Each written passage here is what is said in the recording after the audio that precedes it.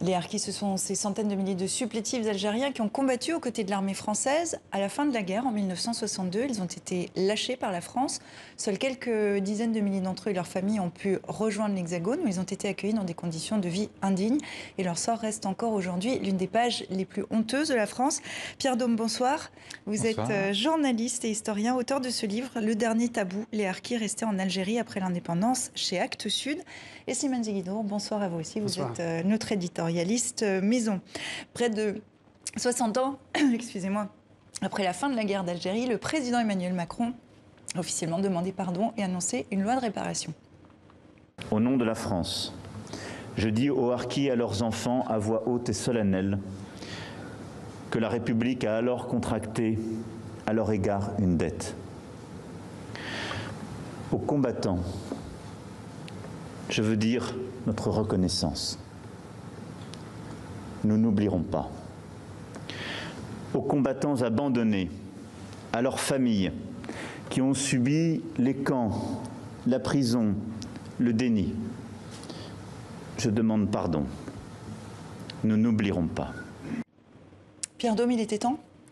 Oui, alors tout est bon à prendre dans les étapes de la reconnaissance par les plus hautes autorités de l'État des pages sombres du passé colonial.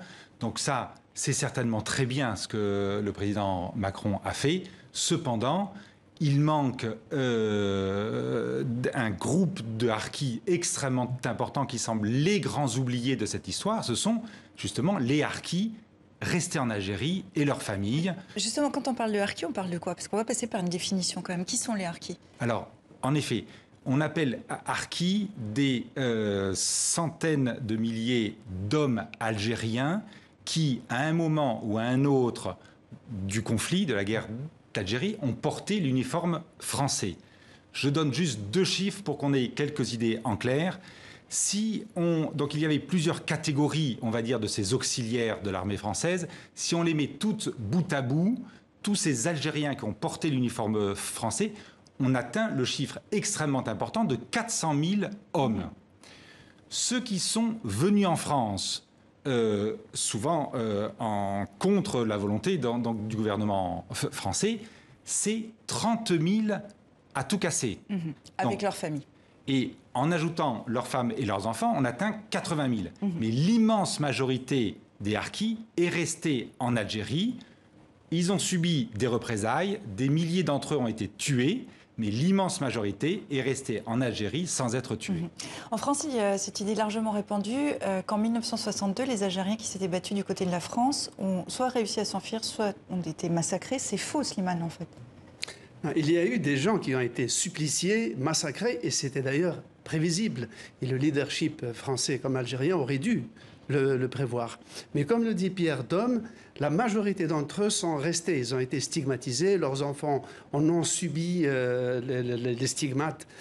Et d'ailleurs, le mot harki est resté jusqu'aujourd'hui comme une insulte. Par exemple, quand il y avait la guerre civile de 92 à 99, les djihadistes disaient qu'ils luttaient contre un gouvernement qui était un reliquat d'anciens harkis. Tout ça parce que certains généraux algériens avaient été des officiers de l'armée française. Et le gouvernement accusait les islamistes d'être des fils de harkis revanchards. Ça pèse encore sur la mémoire algérienne. On va revenir un petit peu en arrière parce que c'est une archive qu'on a retrouvée. Nous sommes au tournant des années 2000. Le président algérien Abdelaziz Bouteflika plaide pour une réconciliation entre les deux pays. Seuls les harkis sont exclus de ce rapprochement. Écoutez-le. Je crois que aussi les conditions ne sont pas encore venues pour des visites de harkis, ça il faut que je le dise. C'est exactement comme si on demandait à un Français de la résistance de toucher la main à un collabo. Donc c'est très... Encore aujourd'hui, les harkis sont considérés comme des traîtres à la nation en Algérie? Alors, absolument. Et là, cet extrait d'archives montre 2 choses. D'une part, que le président Bouteflika, comme l'ensemble de la société algérienne, fait une énorme erreur historique en comparant, en mettant sur le même plan les harkis et les collaborateurs français, puisque les collaborateurs français se sont engagés pour des questions idéologiques parce qu'ils étaient fascistes, profondément, alors que les harkis, contrairement à ce qui est répété aussi en France, c'est ça qui est terrible et qui brouille tout, c'est que c'est pas du tout pour l'amour du drapeau français, c'est pas du tout pour préserver la colonisation qu'ils se sont retrouvés du côté des Français, c'est pour de nombreuses raisons qui souvent étaient des raisons de contrainte. Ils étaient forcés par la misère, forcés par le FLN, forcés par l'armée française. Et donc, ça n'a rien à voir avec les collabos.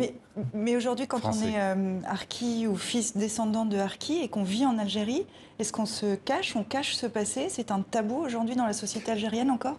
Non, plus vraiment comme avant, parce que d'abord, maintenant, il y a avec les réseaux sociaux, avec la polarisation des opinions en Algérie, il y a une idée dans le peuple selon laquelle une partie des gens qui ont dirigé le pays étaient issus, étaient des officiers de l'armée française qu'on appelle les DAF, déserteurs de l'armée française.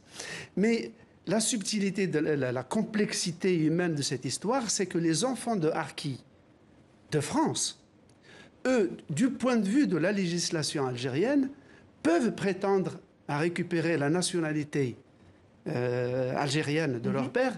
Aucun harki n'a jamais été destitué de la nationalité algérienne. Ça ajoute à la complexité. Donc, j'en connais qui ont demandé la nationalité algérienne en présentant l'extrait de naissance de leurs parents et qui l'ont obtenu.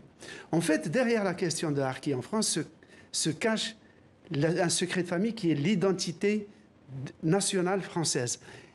Pour résumer, en 1962, quand on avait décidé de rapatrier les pieds noirs, les Français d'Algérie, on a privilégié seulement les juifs et les chrétiens, selon les dénominations de l'époque. Donc les musulmans qui étaient français étaient a priori exclus. Donc il s'est passé comme une identification entre être juif et chrétien et être français, comme une identité républicaine judéo-chrétienne, et les musulmans ont été largués et dénaturalisés. 9 millions de Français, du jour au lendemain, n'étaient plus considérés comme Français. Alors, cette semaine, le président français demande pardon à harkis, promet une loi de réparation, des annonces qui sont loin d'être passées inaperçues en Algérie, dans la classe politique comme dans la rue. Reportage Kamel Zaït avec Laure de Matos. Un pardon qui a résonné jusque de l'autre côté de la Méditerranée et qui fait réagir comme tout ce qui a trait à l'histoire commune et douloureuse entre l'Algérie et la France. Ces harkis ont fait un choix, celui de servir la France et de nier leur appartenance au peuple d'Algérie. Aujourd'hui, le président français leur rend hommage. Cela ne nous concerne pas. Le président Macron aurait mieux fait de demander pardon aux Algériens pour les crimes commis pendant la colonisation. Un sentiment partagé par ce sénateur du Front de Libération Nationale, le parti qui a pris le pouvoir à l'indépendance. Pour lui, les harkis ne sont que l'un des nombreux dossiers laissés en suspens entre la France et l'Algérie et qui empêchent une vraie réconciliation entre les deux pays. La France ne reconnaît que ce qui va dans le sens de ses intérêts. Elle reconnaît ceux qui l'ont servi. Mais ces gens-là, à qui la France demande pardon, où l'ont-ils servi? En Algérie. Ils ont combattu en Algérie et ils ont fait la guerre au peuple algérien. Cet éditorialiste, au contraire, considère que la question des harkis est un problème franco-français que l'Algérie, elle, a réglé depuis longtemps. Ce sont des blessures qui concernent d'abord la France et les Français parce que c'est elle qui les a abandonnés à l'indépendance, c'est pas l'Algérie qui les a abandonnés. Donc aujourd'hui, l'attitude des autorités françaises vis-à-vis de l'Algérie sont souvent effectivement dictées par l'attitude qu'ont les autorités françaises vis-à-vis de ces gens-là, parce qu'ils constituent parfois des lobbies, parfois des groupes d'influence qui empêchent souvent la réconciliation des mémoires entre l'Algérie et la France. Aucune réaction officielle côté algérien. En juin dernier, dans un entretien au magazine français Le Point, le président Abdelmadjid Tebboune avait déclaré que les Algériens attendaient une reconnaissance totale de tous les crimes commis par la France coloniale. La question des harkis est une question franco-française, voilà ce qu'on entend souvent en Algérie. Oui, alors on l'entend souvent, c'est évidemment complètement faux. C'est un discours politique qui arrange les autorités aussi. C'est-à-dire que depuis 1962, les hommes au pouvoir ont construit leur légitimité, non pas par les urnes, par la démocratie, mais par un discours mythique du combat national du FLN. Mais moi, ce que j'entends là dans ces discours, c'est qu'il y a en France, comme en Algérie, un énorme non-dit mais qu'il faudrait enfin dire, c'est que les harkis, comme l'ensemble des Algériens, comme l'ensemble des Français qui se sont retrouvés dans cette guerre coloniale injuste, tous ces groupes sociaux sont des victimes de la colonisation. Et c'est là le point, le nœud qu'il faut enfin dénouer. Il faut que le président Macron tienne sa promesse du candidat Macron à Alger de dire une bonne fois pour toutes qu'à l'origine de toutes ces souffrances, il y a tout le monde qui souffre en France et en Algérie, il y a les pieds noirs qui souffrent, il y a les harkis qui souffrent, il y a les Algériens qui souffrent. À l'origine, c'est la colonisation comme un crime scandaleux. Et aujourd'hui, est-ce qu'il n'y a pas une instrumentalisation politique, que ce soit en France ou en Algérie? Ah mais non, mais depuis le début, tout le monde instrumentalise la question des harkis. Et aujourd'hui, si vous voulez, face à un peuple qui est dans la rue avec le Hirak pour demander à ses gouvernants de dégager, la marionnette harki, c'est génial pour les autorités, parce que là, elle détourne le regard du peuple, et on l'a vu dans votre reportage, en disant les méchants, c'est eux. Alors que, en fait, c'est eux, le gouvernement, que le peuple veut dégager. Slimane ? En fait, la guerre d'indépendance algérienne qui a opposé Français et Algériens était aussi une double guerre civile entre Algériens et Français. Il y avait plus d'Algériens sous le drapeau français que dans les maquis, et elle a fini par devenir une guerre franco-française, puisqu'on a vu l'armée française en Algérie tirer sur des Français et même bombarder avec l'aviation le quartier de Bab el-Oued. Donc c'est une double guerre civile. Or, le président Bouteflika tout à l'heure a dit les conditions ne sont pas remplies pour une réconciliation. Je donne un exemple historique d'une réconciliation après une guerre civile et qui n'est pas n'importe lequel. C'est la guerre civile russe qui a opposé les rouges communistes aux blancs monarchistes de 1917 à 1922. Elle avait fait 12 millions de morts, 5 millions d'orphelins, des millions de déplacés. Qu'est-ce qui s'est passé? Vladimir Poutine, dont on ne peut pas dire que ce n'est pas un nationaliste et un nostalgique de l'Empire de l'Union soviétique, pour réconcilier les arrière-petits-enfants des acteurs qui se sont étripés pendant 5 ans, il a réhabilité les Blancs en disant que tous les deux camps étaient des Russes qui se battaient, qui croyaient chacun se battre pour l'amour de la Russie. Est-ce que ça, c'est possible en Algérie aujourd'hui, ce discours-là? Je ne sais pas, mais l'affaire des harkis n'est pas seulement franco-française, elle est aussi algéro-algérienne, car c'était des Algériens. Est-ce que c'est possible? Et ça vaut la peine de se poser la question. Ça serait possible? Oui, c'est possible, mais... Mais s'il y avait la volonté politique aussi. Mais pas avec le système politique aujourd'hui qui est verrouillé depuis 60 ans par une clique qui instrumentalise l'histoire de la guerre de libération jusqu'à la nausée.